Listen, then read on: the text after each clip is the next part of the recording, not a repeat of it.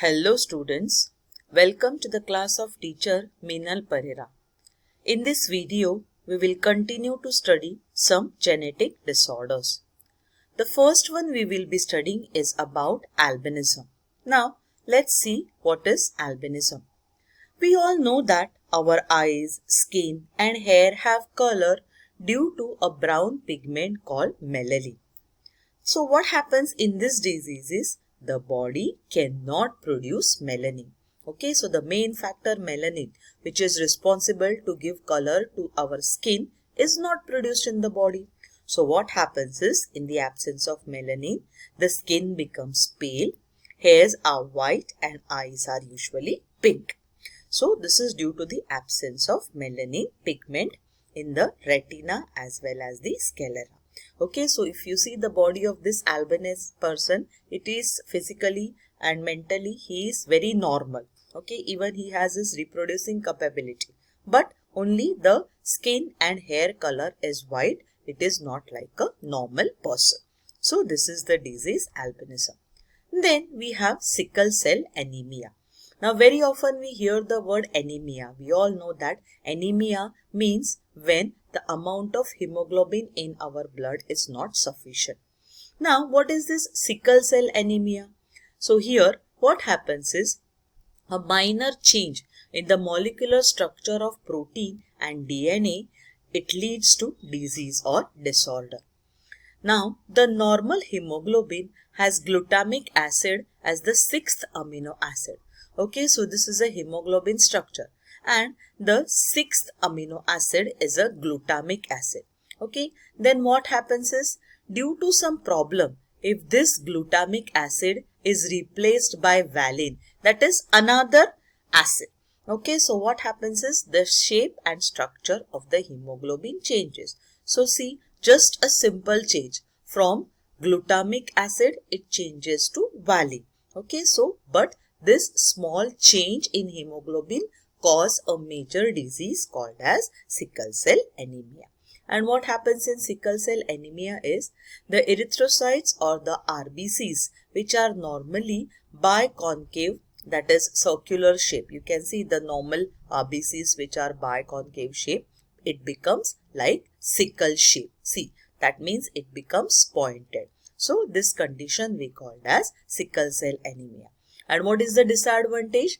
The oxygen carrying capacity of hemoglobin in such individual is very low, because hemoglobin, which is mainly responsible to carry oxygen in blood, okay, so because of the shape, it gets stuck into the blood vessels and the oxygen carrying capacity of the body decreases. In this condition, clumping and thereby destruction of erythrocytes occurs most often. Okay, so as you can see here, see, these are the normal hemoglobins. Because of the circular or biconcave shape, it passes very easily through our blood vessels. But because of the sickle shape, this is the abnormal hemoglobin. Now this sickle shape which is pointed get blockage or get blocked in the blood vessel, as you can see in the diagram. Okay, and because of the blockage, what is happening? It is stopping or disturbing the flow of blood or circulatory system to the brain, to the lung, to the kidney, and thus it gets damaged, because all these organs, they require sufficient supply of oxygen, and because of lack of oxygen, these are damaged. Now sickle cell anemia is a hereditary disease, that is, it is transferred from parents to its offspring. It occurs due to changes in the genes during conception. Conception means at the time when the fusion of the gamete takes place in mother's body. If the father and mother are both affected by sickle cell anemia, or if they are carrier of this disorder, their offsprings are likely to suffer from the disease. So because it is genetic, even when father or mother, anyone is suffering from the disease, then their children likely to be suffer from the disease. So marriages between a person who are carriers or sufferer from sickle cell anemia should be avoided, because this is a hereditary disease, and therefore if the marriages takes place, then the offsprings will surely have the sickle cell anemia. So such kind of marriages should be avoided. There are two types of persons affected by sickle cell anemia. The first one is sickle cell anemia carrier, the short form of which is AS.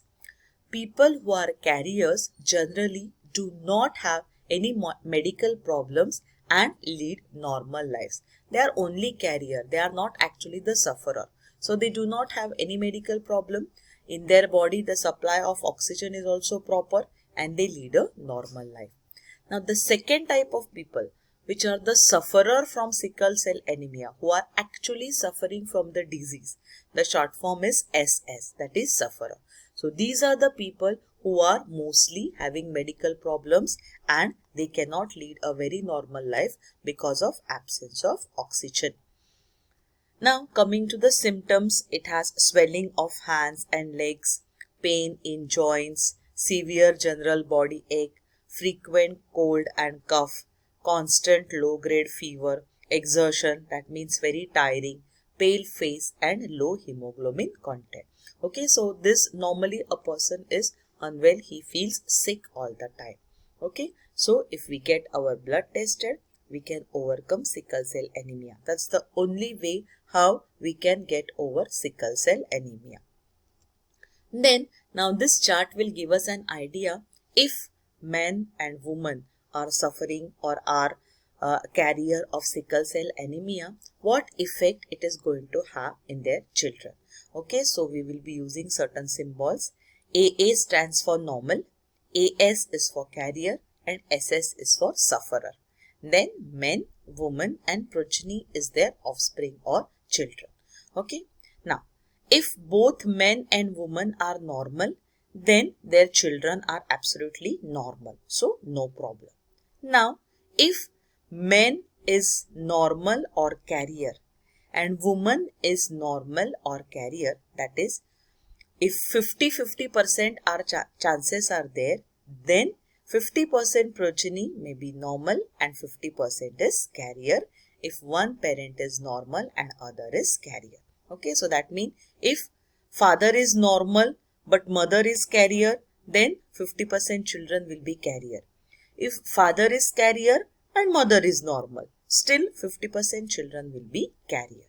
Now moving to the third case.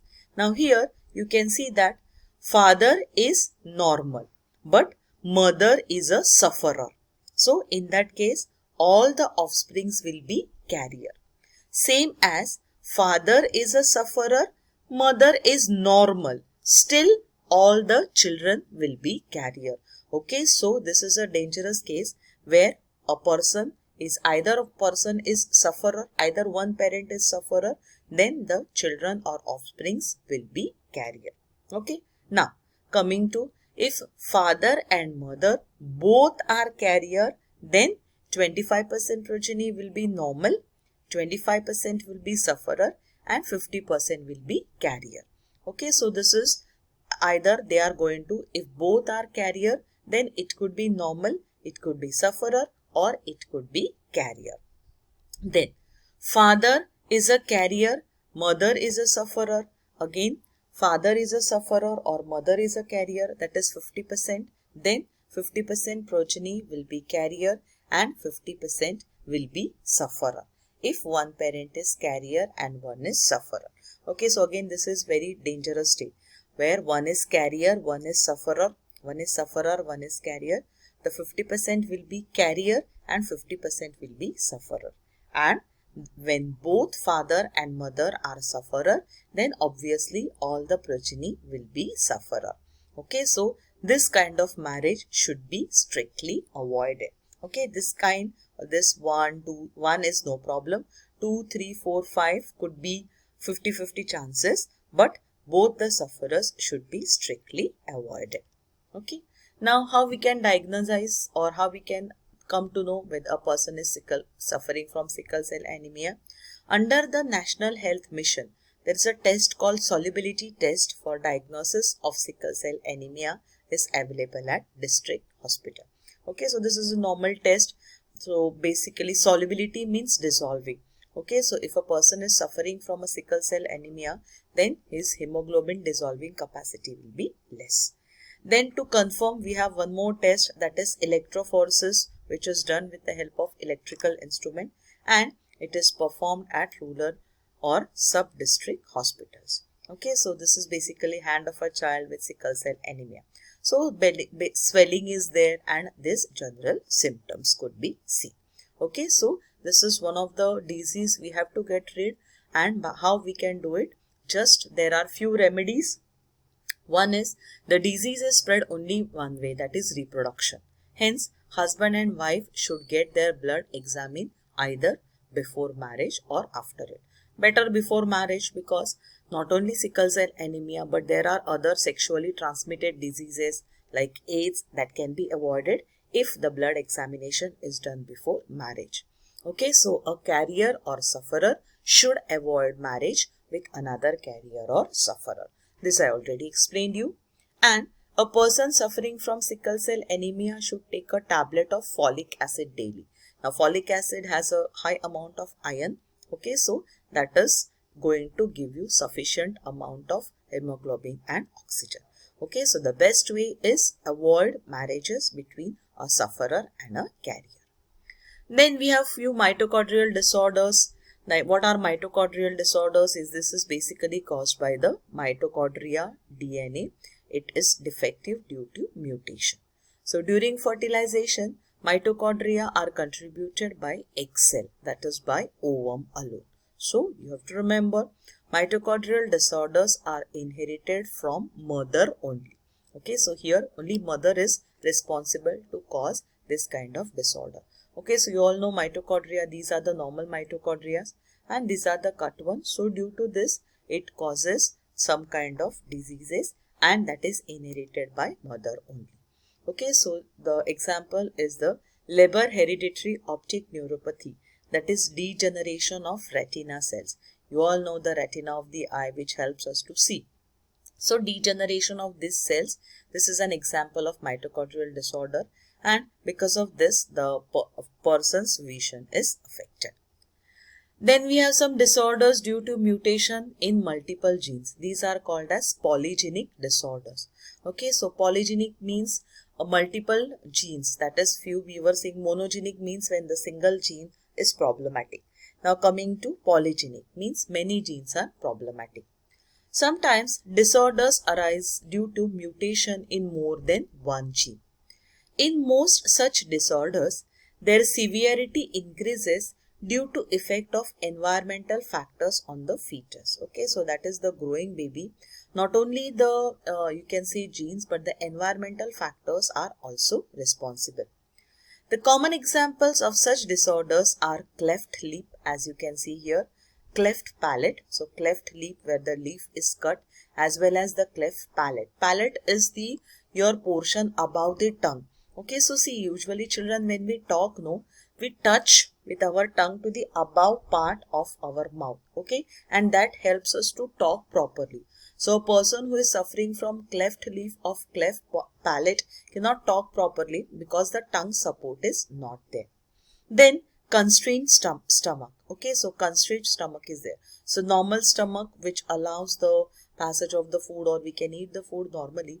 Now because of this constrained stomach, what is happening is the stomach is in the tight position. Okay, so the food eating capacity of this person is less than the normal person. Okay, then we have the spina bifida, which is a defect in the spinal cord. So you all know that in a spinal cord we have a cerebrospinal fluid. So when something goes wrong with this cerebrospinal fluid or sac, okay, then it causes a defect in the spinal cord. And in that case, spinal cord, you all know that the person, it helps the person to walk. Okay, so then a person cannot walk properly. Other than that, diabetes, blood pressure, heart disease, asthma and obesity are also called or are also happens due to polygenic disorders. Now here you have to remember that the polygenic disorders do not strictly follows Mendel principle of heredity. Okay, so these disorders arises from complex interaction between environment, lifestyle and defect in the several genes. Now Mendel says that the inherited or genes are inherited from the parents. Okay, so that is very fine. But these are some disorders, sometimes parents are quite normal, but the offsprings are problematic due to the environmental things. Thank you very much.